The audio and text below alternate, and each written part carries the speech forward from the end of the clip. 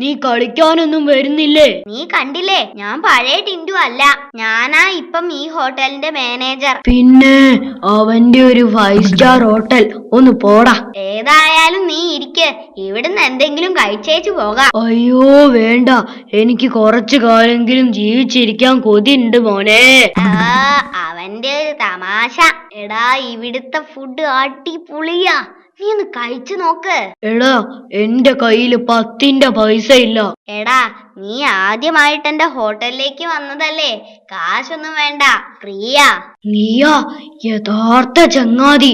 കേട്ടിട്ട് എനിക്ക് കുളിര് തോന്നുന്നു. കുളിര് മാറ്റാ ഒരു കമ്പിളി തരട്ടെ? വേണ്ട, ഒരു ചൂട് ചായ മതി. ഡേയ് ബാബു, ഒരു ചൂട് ചായ.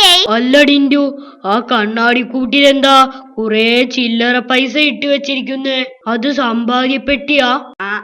അത് ദോശയാ.